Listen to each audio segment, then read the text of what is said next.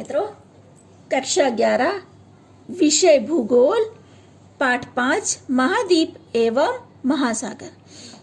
इससे पिछले वाले वीडियो में मैंने आपको ये समझाया था नक्शे की मदद से कि जो वैगनर ने सिद्धांत दिया है कि पेंजिया यानी पहले सिर्फ एक खंड था, उसमें से 7 जो आज खंड हैं उनका विभाजन हुआ है। हमने नक्शे में उसको देखा था कि पहले पेंजिया एक था, फिर बाद में वो धीरे धीरे विभाजित होकर 7 खंड अलग अलग जगह पर जाकर स्थित हो गए। पहले तो वैगनर का जो सिद्धांत था उसको स्वीकृति नहीं मिली थी, पर बाद में विद्वानों ने उनके सिद्धांत को स्वीकृति दी। स्वेस के मतानुसार महासागरों के नीचे से लेकर समग्र पृथ्वी पर भूकवच बिछा हुआ है। हम लोगों ने पढ़ा था कि साइमा और सियाल की तुलना में अधिक ठोस माना जाता है। साइमा और सियाल के बारे में हम लोगों ने आगे वाले लेसों में चर्चा की थी। मध्य अफ्रीका और ब्राजील पठारी प्रदेश एक ही प्रकार की प्राचीन कठोर अग्नीय चट्टानों के बने हैं। मैंने इस पाठ में आपको बताया था शुरू में कि ऑस्ट्रेलिया में पाया गया कंगारू के अस्थि पिंजर दक्षिण अमेरिका में मिले हैं। तो यहाँ पर भी ये बताने की कोशिश की गई है कि मध्य अफ्रीका और ब्राजील के जो पठारी प्रदेश हैं उनके नीचे की जो चट्टानें हैं वो अग्नि के चट्टानें एक जैसी है। अटलांटिका महासागर के दोनों किनारे के प्रदेश भूस्तरीय संरचना एक दूसरे से मिलती जुलती है। अरब का पठार, भारत का प्रायद्वीपीय पठार और पश्चिम ऑस्ट्रेलिया का विशाल पठार भी प्राचीन अग्नेय चट्टानों का बना है। इसके उपरांत इस प्रदेश में स्थित हिम अश्मावली में भी समानता है। यानी जो विभाजन तो हो गया है खंडों का, और खंड एक दूसरे से काफी दूरी पर या अंतर पर है, फिर भी उन खंडों के अंदर जो चट्टानें हैं या हिम अश्मावली यानी जो बर्फ है वो एक समान पाई जाती है। उत्तर अमेरिका के एपेलिशियन पर्वतमाला और पश्चिमी यूरोप तथा ब्रिटिश टापुओं के पर्वतीय क्षेत्रों में एक ही युग में निर्मित कोयले प्राप्त होते हैं। ये सारे क्षेत्र एक दूसरे से काफी अंतर पर है, पर इन क्षेत्रों की जो खुदाई की गई है तो खुदाई के अंदर जो चट्टानें मिली हैं या अग्नि के चट्टानें या कोयला जो भी प्राप्त हुआ है उनमें समानता है। ऐसा लगता है कि ये सारे के सारे एक ही युग में निर्मित हुआ है।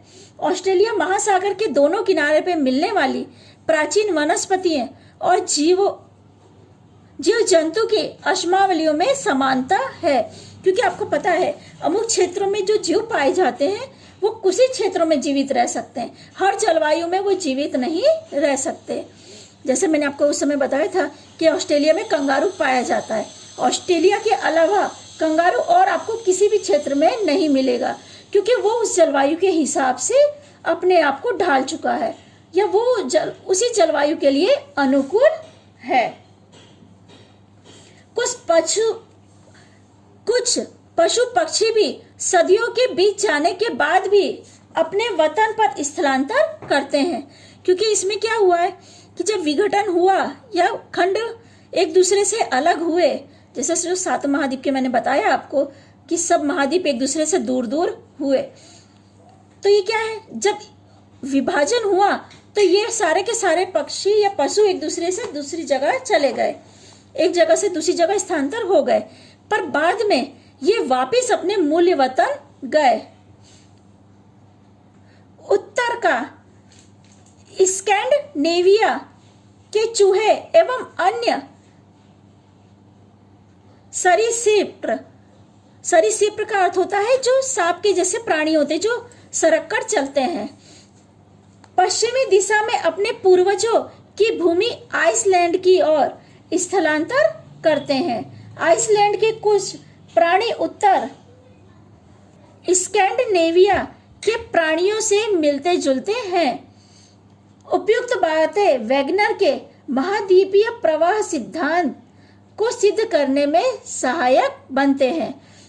यानी इससे ये बात सिद्ध होती है कि जब सातों खंड इकट्ठा थे, यानी कहने का अर्थ था कि जो उन्होंने बताया था कि सिर्फ पहले एक ही भूखंड था, यानी वो पूरा भूखंड साथ में था, तो सारे प्राणी एक दूसरी जगह पर जाते आते थे, यानी पूरा स्थल एक ही होगा तो एक ही स्थल पे सब घूमते रहेंगे।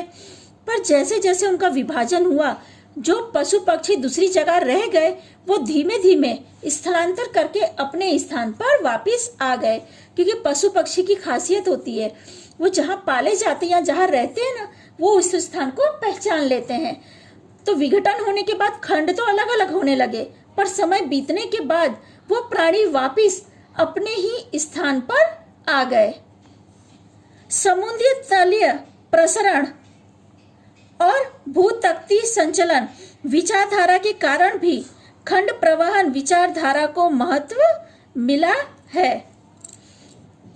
यानी कहने का अर्थ है कि समुद्री तलीय प्रसरण और भूतत्वीय संचलन विचारधारा के कारण वैगनर ने जो परिभाषा दी या वैगनर ने जो विचारधारा प्रस्तुत की उसको महत्व मिला। इसके बाद भी खंड प्रवहन सिद्धांत के सामने कुछ प्रश्न विचाराधीन थे। यानी उन्होंने जो सिद्धांत बताया या उन्होंने जो विचारधारा प्रस्तुत की, उनको यानी उनकी विचारधारा को बहुत लोगों ने तो सम्मति दी, माना, लेकिन फिर भी कई प्रश्न उठ रहे थे, क्योंकि लोगों के मन में तो प्रश्न उठना स्वाभाविक चीज है, क्योंकि सिर्फ एक विचारधारा है, ये किसी ने देखा नहीं है कि ऐसा कुछ हुआ है, खाली ये विचारधारा प्रस्तुत की गई है कि ऐसा हुआ होगा।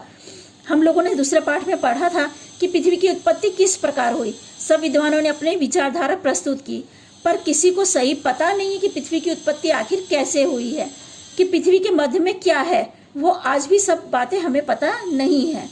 उसी तरह वैगनर ने भी ये जो खंड विभाजन दिया है ये एक विचारधारा है। प्लेट विवर्तन भूतत्वीय संचलन विचारधारा। महाद्वीप और महासागर के तलीय प्रदेश एक इकाई के रूप में खिसकते हैं। उसमें मेंटल के ऊपर स्थित मिश्र आवरण अथवा एस्थोस्फीयर का भी उसमें समावेश होता है। एस्थोस्फीयर यानी यह एक प्रवाह के स्वरूप में है, ये हमने तीसरे लेसन में पढ़ा था। ऐसे ठोस भू भागों को प्लेट यानी भूतत्व कहते हैं। वैश्विक भू विस्तरण अथवा संकोचन, चंद्रमा के कारण होने वाली ज्वारीय शक्ति का प्रभाव, भूपटल के विस्तृत भागों का उभार, महाद्वीपों का प्रवाह, समुद्र तल का विस्तार आदि की जानकारी यह सिद्धांत देती है। मुख्य रूप से 7 प्लेटें यानी भूतत्तियां है। उसमें पहली उत्तर अमेरिका की प्लेट, दूसरी दक्षिण अमेरिका की प्लेट, तीसरी पैसिफिक या जिसे हम लोग प्रशांत प्लेट, चौथी यूरेनियस प्लेट यानी यूरोप और एशिया, पांचवी अफ्रीका की प्लेट, छठी भारत ऑस्ट्रेलिया की प्लेट, सातवीं एंटार्कटिका की प्लेट। इसके अतिरिक्त लगभग 20 गौण प्लेटें भी हैं।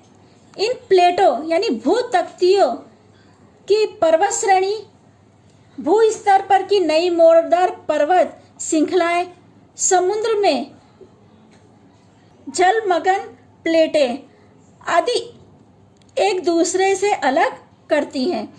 भूतत्तियां अत्यंत महत्वपूर्ण संरचनात्मक स्वरूप है। जलमग्न पर्वतमालाएं, समुद्रीय घाटियां, ज्वालामुखी टापू, भूकंप युक्त क्षेत्र तथा दरार घाटी आदि इनके किनारे को साथ जोड़ती है। भूतक्ती का आकार में विविधता है। कुछ प्लेटें 10,000 वर्ग किलोमीटर या उससे कम क्षेत्रफल वाली है, तो कुछ प्लेटें 10 करोड़ वर्ग किलोमीटर से अधिक क्षेत्रफल में फैली है। प्लेटें यानी ये जो सातों भाग हैं, ये सातों भाग के बारे में बताया गया है कि सातों भाग अलग हुए हैं, लेकिन किसी न किसी रूप में ये सातों भाग के अंदर से जो हम खुदाई करने पे अग्नीय चट्टान मिलती है, या प्राणियों के जीवाशेष मिल रहे हैं, या जो प्राणी के अस्थि पिंजर मिल रहे हैं, वो एक दूसरे स्थान से मिलते जुलते हैं। यहाँ पे बताया गया जो प्लेटें अलग हुई, यानी 7 मुख्य प्लेटें थी, इसके अलावा छोटी छोटी करके 20 गौण प्लेटें भी थी।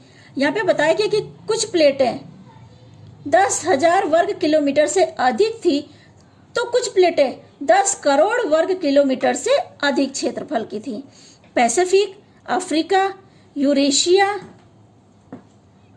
आदि विशाल प्लेटें हैं, जबकि Bismarck, Somalian, Nazca, Cocos, Arabian, Fiji, Philippine, Caroline आदि गौण प्लेटें हैं। जब दोनों प्लेटें एक दूसरे से विरुद्ध दिशा में खसकी तो उसे अपसारी प्लेटें कहते हैं, पर जब दो प्लेटें एक दूसरे की ओर आगे बढ़कर नजीक आई तो उसे अभिसरण प्लेट कहते हैं। इन प्लेटों की मोटाई 47 किलोमीटर से या उससे भी अधिक होनी चाहिए, क्योंकि महाद्वीपों की औसत मोटाई जो है वो 40 किलोमीटर और समुद्री तल की मोटाई 7 किलोमीटर की है। एक अनुमान के अनुसार प्लेटों की मोटाई समुद्री विस्तार के नीचे 70 किलोमीटर से लेकर महाद्वीपों के नीचे 150 किलोमीटर होनी चाहिए। ये जो पृथ्वी का ऊपर का जो भूभाग है उसकी मोटाई बताई गई है।